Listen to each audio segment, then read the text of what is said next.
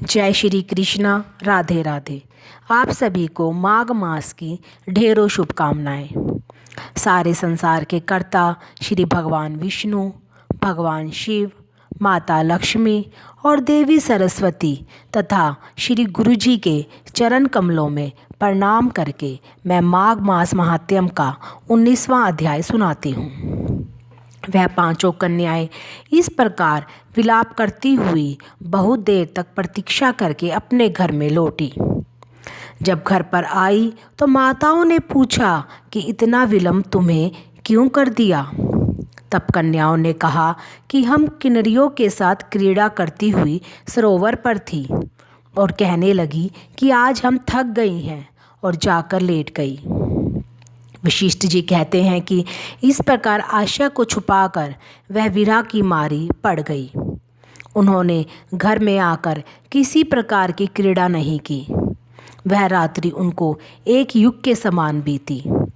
सूर्य नारायण के उदय होते ही अपने आप को जीवित मानती हुई माताओं की आज्ञा लेकर गौरी पूजन करके वे कन्याएं वहां पर जाने लगी।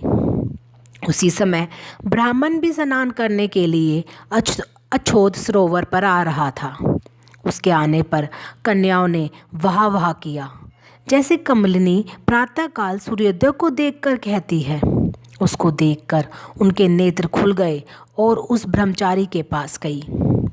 आपस में एक दूसरे का हाथ पकड़कर चारों तरफ से उसको घेर लिया और कहने लगी कि मूर्ख, उस दिन तू भाग गया था, आज नहीं भाग सकता। हम लोगों ने तुमको घेर लिया है। ऐसे वचन सुनकर बाहुपाश में बंधे हुए ब्राह्मण ने मुस्कुराकर कहा, तुमने जो कुछ कहा सो ठीक ही है। मैं तो अभी विद्याभ्यासी और ब्रह्मचारी हूँ। गुरुकुल में मेरा विद्याभ्यास पूरा नहीं हुआ। पंडित को चाहिए कि जिस आश्रम में रहे उसके धर्म का पालन करे। इस आश्रम में विवाह करना धर्म नहीं समझता। अपने व्रत का पालन करके और गुरु की आज्ञा पाकर ही मैं विवाह कर सकता हूँ, पहले नहीं कर सकता।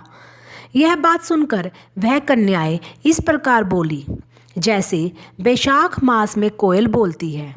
वह कहने लगी कि धर्म से अर्थ और अर्थ से काम और काम से धर्म के फल का प्रकाश होता है। ऐसा ही पंडित लोग और शास्त्र कहते हैं। हम काम सहित धर्म की अधिकता से आपके पास आई हैं, सो आप पृथ्वी के सब भोगों को भोगिए। उस ब्राह्मण ने कहा, तुम्हारा वचन सत्य है, किंतु मैं अपने व्रत को समाप्त करके ही विवाह कर सकता हूँ, पहले नहीं कर सकता। तब वे कन्याएं कहने लगी कि तुम मूर्ख हो। अनोखी औषधि, ब्रह्म बुद्धि, रसायन, सिद्धि, अच्छे कुल की सुंदर नारियों तथा मंत्र जिस समय प्राप्त हो तभी ग्रहण कर लेना चाहिए। इस प्रकार से कार्य को टालना अच्छा नहीं होता। केवल भाग्य वाले पुरुष ही प्रेम से पूर्ण, अच्छे कुल से उत्पन्न, स्वयं वर चाहने वाली कन्याओं को प्राप्त होते हैं। कहाँ हम अनोखी सुंदर नारियाँ, कहाँ आप तपस्वी बालक। यह बेमेल का मेल मिलाने में विधाता की चतुराई ही है। इस कारण आप हम लोगों के साथ गंधर्व विवाह कर लें। इनके ऐसे वचन सुनकर उस धर्मात्मा ब्राह्मण ने कहा कि व्रती रहकर इस समय विवाह नहीं करूँगा, मैं स्वयंवर की इच्छा नहीं करता। इस प्रकार उसके वचन सुनकर उन्होंने एक दूसरी का हाथ जोड़कर उसको पकड़ लिया। सुशील और स्वरा ने उसकी भुजाओं को पकड़ लिया। सुतारा ने आलिंगन किया और चंद्रिका ने उसका मुख चूम लिया, परंतु फिर भी वह ब्रह्मचारी विकार रहित काम की बाधा से पीड़ित नहीं हुआ। और फिर उसने क्रोधित होकर उनको श्राप दिया कि तुम डायन की तरह मुझसे चिपटी हो, इस कारण पिशाचनी हो जाओ। ऐसे श्राप देने पर वह उसको छोड़कर अलग खड़ी हो गई। उन्होंने कहा कि हम निरपराधियों को वृथा क्यों श्राप दिया।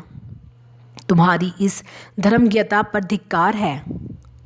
प्रिय करने वाले से बुराई करने वाले का सुख दोनों लोक में नष्ट हो जाता है। इसलिए तुम भी हम लोगों के साथ पिशाच हो जाओ।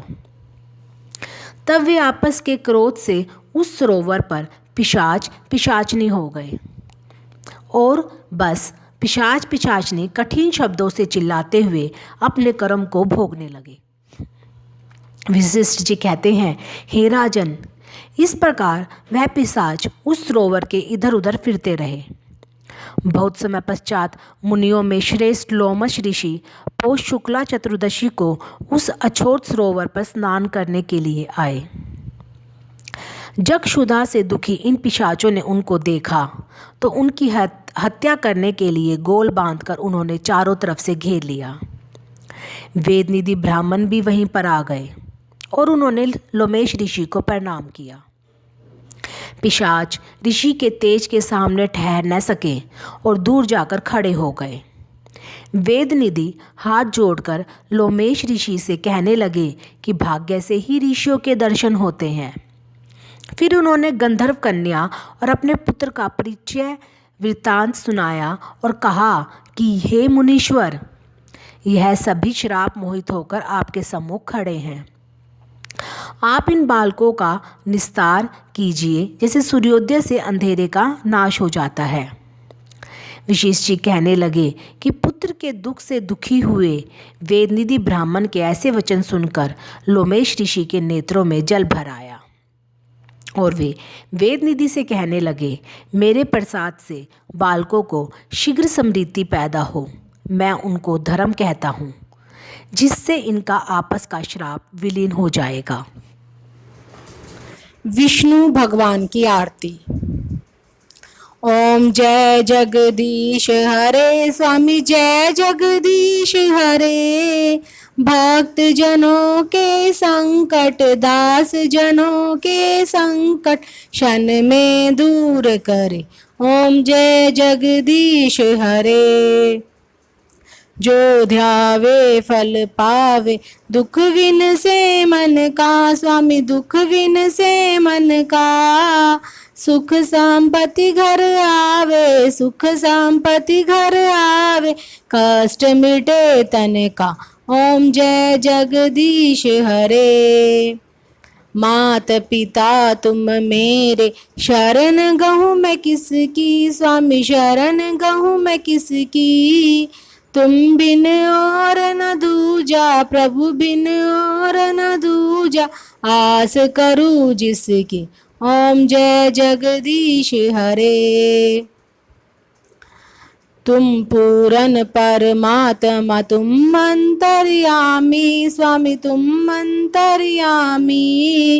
पार ब्रह्म परमेश्वर, पार ब्रह्म परमेश्वर, तुम सबके स्वामी। ओम जय जगदीश हरे। तुम करुणा के सागर, तुम पालन करता, स्वामी तुम पालन करता। मैं मूरख खल खामी, मैं सेवक तुम स्वामी, कृपा करो भरता। ओम जय जगदीश हरे। तुम हो एक अगोचर, सबके प्राणपति, स्वामी सबके प्राणपति। किस विधि मिलूं दया मैं, किस विधि गऊं शरण मैं, तुमको मैं कुमति। ओम जय जगदीश हरे। दीन बंधु दुख हरता, तुम ठाकुर मेरे, स्वामी तुम रक्षक मेरे। अपने हाथ उठाओ, दया कर चरण लगाओ, द्वार पड़ा मैं तेरे। ओम जय जगदीश हरे। विषय विकार मिटाओ, पाप हरो देवा, स्वामी कष्ट हरो देवा। श्रद्धा भक्ति बढ़ाओ, श्रद्धा प्रेम बढ़ाओ, संतन की सेवा। ओम जय जगदीश हरे। बिलनी के बेल, सुदामा के चावल, रुचि रुचि भोग लगे, स्वामी रुचि रुचि भोग लगे। ऐसे दीन दयालु, ऐसे भक्त कृपालु, सबके कष्ट हरे। ओम जय जगदीश हरे। तन मन धन सब कुछ है तेरा, स्वामी कब कुछ है तेरा। तेरा तुझको अर्पण, तेरा तुझको अर्पण, क्या लागे मेरा। ओम जय जगदीश हरे। श्री जगदीश जी की आरती जो कोई नर गावे, स्वामी जो कोई जन गावे। कहत शिवानंद स्वामी, कहत हरि हर स्वामी, मन वांछित फल पावे। ओम जय जगदीश हरे।